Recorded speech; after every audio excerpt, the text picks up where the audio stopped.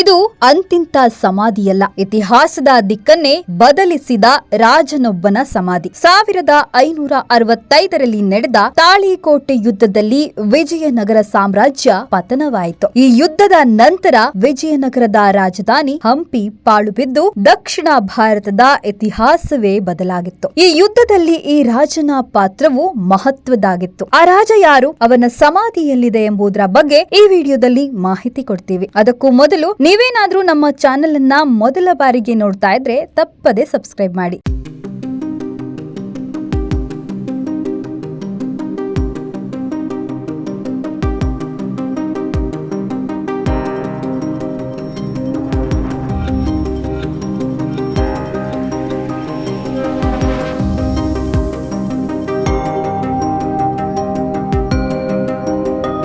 ಬೀದರ್ ಇಂದು ಮೌನವಾಗಿ ಕಾಣಿಸುವ ಈ ನಗರ ಒಮ್ಮೆ ದಕ್ಕನ್ ಭಾಗದ ರಾಜಕೀಯ ಹೃದಯವಾಗಿತ್ತು. ಬಹಮನಿ ಸಾಮ್ರಾಜ್ಯ ಕುಸಿದ ನಂತರ ಅದರಿಂದ ಹೊಸ ಶಕ್ತಿಗಳು ಉದಯಿಸಿದ್ವು. ಅವುಗಳಲ್ಲಿ ಬರೀದ್ ಶಾಹಿ ರಾಜಮನೆತನ ಕೂಡ ಒಂದು. ರಾಜಕೀಯವಾಗಿ ದೊಡ್ಡ ಸಾಮ್ರಾಜ್ಯವಾಗಿರದಿದ್ರೂ ಕಲೆಯಲ್ಲೂ ವಾಸ್ತುಶಿಲ್ಪದಲ್ಲೂ ತಮ್ಮದೇ ಆದ ಗುರುತು ಮೂಡಿಸಿದ ರಾಜವಂಶ ಇದು. ಆ ಗುರುತು ಇಂದಿಗೂ ಬೀದರ್ ನಗರದ ಮಧ್ಯದಲ್ಲೇ ಮೌನವಾಗಿ ಉಳಿದಿದೆ. ಬೀದರ್ ನಗರದ ಬಸ್ ನಿಲ್ದಾಣದ ಹತ್ತಿರ ಹಸಿರು ಮೈದಾನದ ನಡುವೆ 2 ಭವ್ಯ ಸಮಾಧಿಗಳು ಕಾಣಿಸುತ್ತವೆ. ದೂರದಿಂದ ನೋಡಿದರೆ ಸಾಮಾನ್ಯ ಕಟ್ಟಡಗಳಂತೆ ಕಾಣುತ್ತವೆ, ಆದರೆ ಹತ್ತಿರ ಹೋಗಿ ನೋಡಿದರೆ ಅವುಗಳ ಇತಿಹಾಸದ ಕಥೆಗಳನ್ನ ಹೇಳಲು ಶುರು ಮಾಡುತ್ತವೆ. ಅವುಗಳಲ್ಲಿ ಮೊದಲನೆಯದು ಅಲಿ ಬರೀದ್ ಶಾ ಸಮಾಧಿ.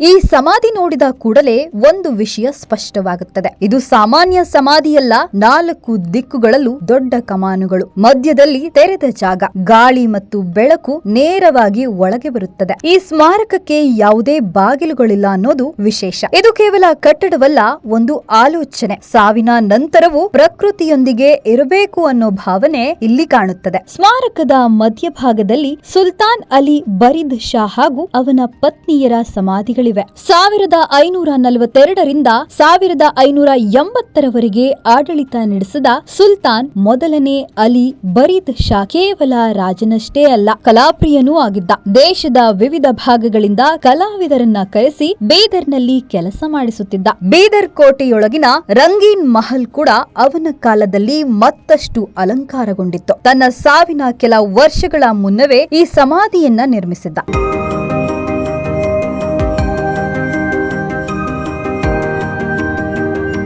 ಈ ಸಮಾಧಿಯ ವಾಸ್ತುಶಿಲ್ಪದಲ್ಲೂ ವಿಶೇಷತೆ ಇದೆ. ಮೇಲ್ಭಾಗವು ಉಬ್ಬಿಕೊಂಡ ಗೋಳಾಕಾರದ ರೂಪದಲ್ಲಿ ಕಣ್ಣಿಗೆ ಬೀಳುತ್ತದೆ. ಒಮ್ಮೆ ಈ ಸ್ಮಾರಕ ಬಣ್ಣ ಬಣ್ಣದ ಟೈಲ್ಸ್ ಗಳಿಂದ ಅಲಂಕರಿಸಲ್ಪಟ್ಟಿತ್ತು. ಗೋಡೆಗಳ ಮೇಲೆ ಹೂವಿನ ವಿನ್ಯಾಸಗಳು, ಕುರಾನ್ ವಾಕ್ಯಗಳು ಮತ್ತು ಪರ್ಷಿಯನ್ ಕವಿತೆಗಳ ಸಾಲುಗಳನ್ನ ಕೆತ್ತಲಾಗಿತ್ತು. ಕುಫಿಕ್ ಮತ್ತು ನಸ್ಕ್ ಶೈಲಿಯ ಲಿಪಿಗಳ ಬಳಕೆ ಇಲ್ಲಿ ಕಾಣುತ್ತದೆ. ಕಾಲಕ್ರಮೇಣ ಬಣ್ಣಗಳು ಮಸುಕಾದರೂ ಅದರ ಸೌಂದರ್ಯ ಇನ್ನೂ ಉಳಿದಿದೆ. ಈ ಸಮಾಧಿಯ ಒಳಗೆ ಇಂದಿಗೂ ಚಿತ್ರಕಲೆ ಕಾಣಿಸುತ್ತದೆ. ಗೋಡೆಗಳ ಮೇಲೆ ಮತ್ತು ಕಮಾನುಗಳ ಮೇಲ್ಭಾಗದಲ್ಲಿ ಬಣ್ಣದ ಅಲಂಕಾರಗಳ ಅವಶೇಷಗಳು ಉಳಿದಿವೆ. ಪರ್ಷಿಯನ್ ಶೈಲಿಯ ಹೂವಿನ ವಿನ್ಯಾಸಗಳು, ಜಾಮಿತಿಯ ಆಕೃತಿಗಳು, ಕ್ಯಾಲಿಗ್ರಫಿ ಎಲ್ಲವೂ ಸೇರಿ ಇದು ಒಂದು ಕಲಾ ಗ್ಯಾಲರಿಯಂತೆ ಕಾಣುತ್ತದೆ. ತೆರೆದ ಸಮಾಧಿಯಾಗಿದ್ದರೂ ಇಷ್ಟು ವರ್ಷಗಳ ನಂತರವೂ ಈ ಚಿತ್ರಗಳು ಉಳಿದಿರುವುದು ಆ ಕಾಲದ ಕಲಾವಿದರ ನೈಪುಣ್ಯವನ್ನ ತೋರಿಸುತ್ತದೆ. ಮೇಲಿನಿಂದ ನೋಡಿದ್ರೆ ಈ ಸಮಾಧಿಯ ತೆರೆದ ವಿನ್ಯಾಸ ಮತ್ತು ಸಮಮಿತಿಯ ರೂಪ ಇನ್ನಷ್ಟು ಸ್ಪಷ್ಟವಾಗಿ ಕಾಣುತ್ತದೆ.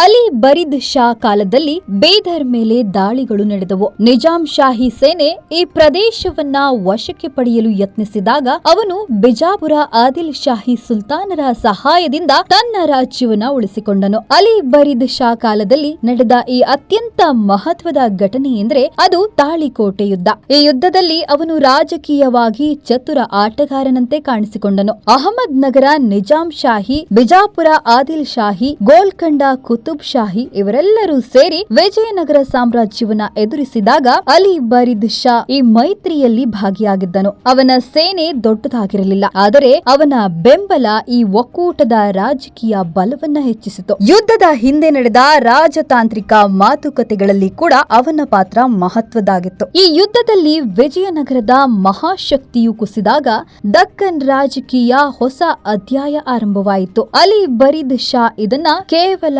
ಯುದ್ಧವಾಗಿ ನೋಡಲಿಲ್ಲ, ಇದು ತನ್ನ ರಾಜ್ಯದ ಭದ್ರತೆಗಾಗಿ ಅಗತ್ಯವಾದ ಹೆಜ್ಜೆ ಎಂದು ಅರ್ಥ ಮಾಡಿಕೊಂಡನು. ಯುದ್ಧದ ನಂತರ ಅವನು ತನ್ನ ಸಣ್ಣ ರಾಜ್ಯವನ್ನ ದೊಡ್ಡ ಶಕ್ತಿಗಳ ನಡುವೆ ಸಮತೋಲನದಲ್ಲಿ ಉಳಿಸಿಕೊಂಡನು. ಅದಕ್ಕೆ ಅವನ ಜೀವನದಲ್ಲಿ ಯುದ್ಧಗಳ ಕಿಡಿ ಇದ್ದರೂ ಅವನ ಸಮಾಧಿ ಮತ್ತು ಸ್ಮಾರಕಗಳಲ್ಲಿ ಶಾಂತಿಯ ಛಾಯೆ ಕಾಣಿಸುತ್ತದೆ. ಯುದ್ಧದ ನಡುವೆ ಬದುಕಿದ ರಾಜ ತನ್ನ ಅಂತಿಮ ನೆಲೆಯಲ್ಲಿ ಶಾಶ್ವತ ಶಾಂತಿಯನ್ನ ಹುಡುಕಿದನು. ಸಮಾಧಿಯ ಒಂದು ಭಾಗದಲ್ಲಿ ಅನೇಕ ಸಣ್ಣ ಸಮಾಧಿಗಳು ಕಾಣಿಸುತ್ತವೆ. ಅವುಗಳಲ್ಲಿ ಕೆಲವು ಅವನ ಪತ್ನಿಯರು, ರಾಜ ಪರಿವಾರದ ಸದಸ್ಯರದು ಎಂದು ಹೇಳಲಾಗುತ್ತದೆ. ಕೆಲವು ಹೆಸರಿಲ್ಲದೆ ಉಳಿದಿವೆ. ಒಮ್ಮೆ ಅರಮನೆ ಜೀವನ ನಡೆಸಿದವರು ಇಂದು ಮೌನವಾಗಿ ಮಣ್ಣಿನಲ್ಲಿ ಮಲಗಿದ್ದಾರೆ.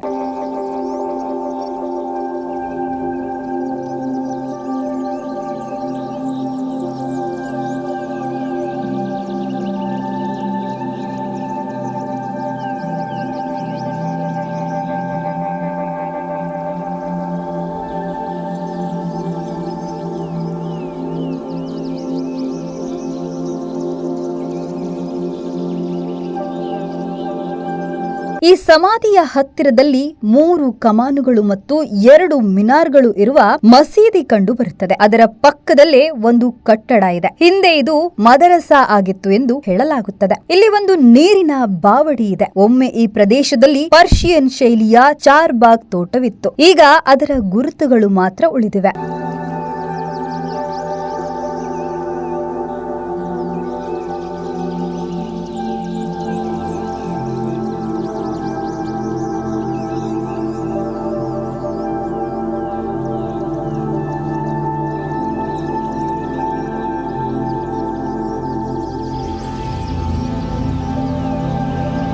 ಈ ಸ್ಮಾರಕದ ಎದುರಲ್ಲೇ ಇನ್ನೊಂದು ಕಟ್ಟಡ ಇದೆ. ಅದು ಇಬ್ರಾಹಿಂ ಬಾರಿದ್ ಶಾ ಸಮಾಧಿ. ಅಲಿ ಬಾರಿದ್ ಶಾ ನಿಧನದ ನಂತರ ಅವನ ಮಗ ಇಬ್ರಾಹಿಂ ಬಾರಿದ್ ಶಾ ಬೀದರ್ನ ಆಡಳಿತವನ್ನ ವಹಿಸಿಕೊಂಡನು. ಅವನ ಕಾಲದಲ್ಲಿ ಬಾರಿದ್ ಶಾಹಿ ರಾಜ್ಯವು ದೊಡ್ಡ ಸಾಮ್ರಾಜ್ಯಗಳ ಮಧ್ಯೆ ಸಿಕ್ಕಿಕೊಂಡಿದ್ರು ಅವನ ರಾಜಕೀಯ ಸಮತೋಲನವನ್ನ ಕಾಪಾಡಿಕೊಳ್ಳಲು ಪ್ರಯತ್ನಿಸಿದನು. ಅವನ ಆಡಳಿತವು ಸ್ಥಿರತೆಯತ್ತ ಹೆಚ್ಚು ಗಮನ ಹರಿಸಿದ ಅವಧಿಯಾಗಿ ಕಾಣಿಸುತ್ತದೆ. ಅವನ ಸಮಾಧಿ ಅಲಿ ಬಾರಿದ್ ಶಾ ಸಮಾಧಿ ಇದ್ದರೂ ಗಾತ್ರದಲ್ಲಿ ಸ್ವಲ್ಪ ಚಿಕ್ಕದು. ಈ ಸಮಾಧಿಯ ಗೋಡೆಗಳಿಗೆ ಪ್ಲಾಸ್ಟರ್ ಇಲ್ಲ, ಅಲಂಕಾರ ಕಡಿಮೆ, ಗುಂಬಾಜ್ ಕೂಡ ಪೂರ್ಣಗೊಂಡಿಲ್ಲದಂತೆ ಕಾಣುತ್ತದೆ. ಇದರೊಳಗೆ ಇಬ್ರಾಹಿಂ ಬಾರಿದ್ ಶಾಹ ಮತ್ತು ಅವನ 2 ಪತ್ನಿಯರ ಸಮಾಧಿಗಳಿವೆ. ಕೆಲವು ಹೂವಿನ ವಿನ್ಯಾಸಗಳು ಇನ್ನೂ ಚೆನ್ನಾಗಿ ಉಳಿದಿವೆ. ಅವನ ಸಮಾಧಿಯ ಅಪೂರ್ಣತೆ ಆ ಕಾಲದ ರಾಜಕೀಯ ಅಸ್ಥಿರತೆಯನ್ನೇ ಪ್ರತಿಬಿಂಬಿಸುವಂತಿದೆ. ಒಂದೆಡೆ ಸಂಪೂರ್ಣ ಸೌಂದರ್ಯದಿಂದ ಮಿನುಗುವ ಸಮಾಧಿ, ಇನ್ನೊಂದೆಡೆ ಅಪೂರ್ಣ ಕಟ್ಟಡ. ಈ 2 ಸಮಾಧಿಗಳು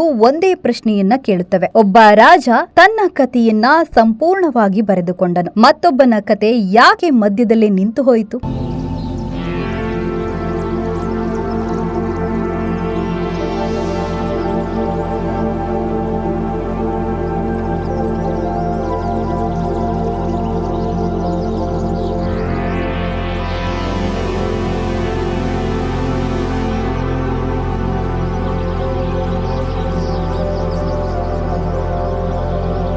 ಒಂದು ಕಾಲದಲ್ಲಿ ಈ ಪ್ರದೇಶ ರಾಜವಂಶದ ಸಮಾಧಿಗಳ ತಾಣವಾಗಿತ್ತು. ಇಲ್ಲಿ 60ಕ್ಕೂ ಹೆಚ್ಚು ಸಮಾಧಿಗಳು ಇದ್ದವು ಎಂದು ಹೇಳಲಾಗುತ್ತದೆ. ಬಾರಿದ್ ಶಾಹಿ ವಂಶದ ಹಲವಾರು ಸುಲ್ತಾನರು ತಮ್ಮ ಜೀವಿತಾವಧಿಯಲ್ಲೇ ತಮ್ಮ ಸಮಾಧಿಗಳನ್ನ ಕಟ್ಟಿಸಿಕೊಂಡಿದ್ರು. ಇದು ಸಾವಿನ ನಂತರವೂ ನೆನಪಿನಲ್ಲಿ ಉಳಿಯಬೇಕು ಅನ್ನೋ ಆಲೋಚನೆಯನ್ನ ತೋರಿಸುತ್ತದೆ. ಕೆಲವು ಸಮಾಧಿಗಳು ಪೂರ್ಣಗೊಂಡಿದ್ರೆ ಕೆಲವು ಅಪೂರ್ಣವಾಗಿಯೇ ಉಳಿದಿವೆ. ಇದು ಆ ಕಾಲದ ಅಸ್ಥಿರತೆಯ ಗುರುತು. ವಾಸ್ತುಶಿಲ್ಪದ ದೃಷ್ಟಿಯಿಂದ ನೋಡಿದರೆ ಆ ಸಮಾಧಿಗಳು ಬಹಮನಿ ಶೈಲಿಯ ಹೊಸ ದಕ್ಕನ್ ಶೈಲಿಗೆ ನಡೆದ ಬದಲಾವಣೆಯ ಸಾಕ್ಷಿಗಳಾಗಿವೆ. ಎತ್ತರದ ವೇದಿಕೆ, ಕಮಾನುಗಳು, ಗುಂಬಜ್ ಮತ್ತು ತೆರೆದ ವಿನ್ಯಾಸ ಇವೆಲ್ಲವೂ ಸೇರಿ ಹೊಸ ಪ್ರಯೋಗಗಳನ್ನ ತೋರಿಸುತ್ತವೆ. ಇಂದಿಗೆ ಈ ಪ್ರದೇಶವನ್ನ ಭಾರತೀಯ ಪುರಾತತ್ವ ಇಲಾಖೆ ಸುರಕ್ಷಿತ ಸ್ಮಾರಕವಾಗಿ ಘೋಷಿಸಿದೆ. ಇದು ಕೇವಲ ಸ್ಥಳೀಯ ಇತಿಹಾಸವಲ್ಲ, ದೊಡ್ಡ ಹೆರಿಟೇಜ್ ತಾಣ. ಇಂದು ಇಲ್ಲಿ ಗಾಳಿ ಬೀಸುತ್ತದೆ, ಗಿಡಗಳು ಬೆಳೆದಿವೆ, ಪಕ್ಷಿಗಳು ಗೂಡು ಕಟ್ಟಿವೆ. ಆದರೆ ಈ ಸಮಾಧಿ ಬೀದಿಗಳು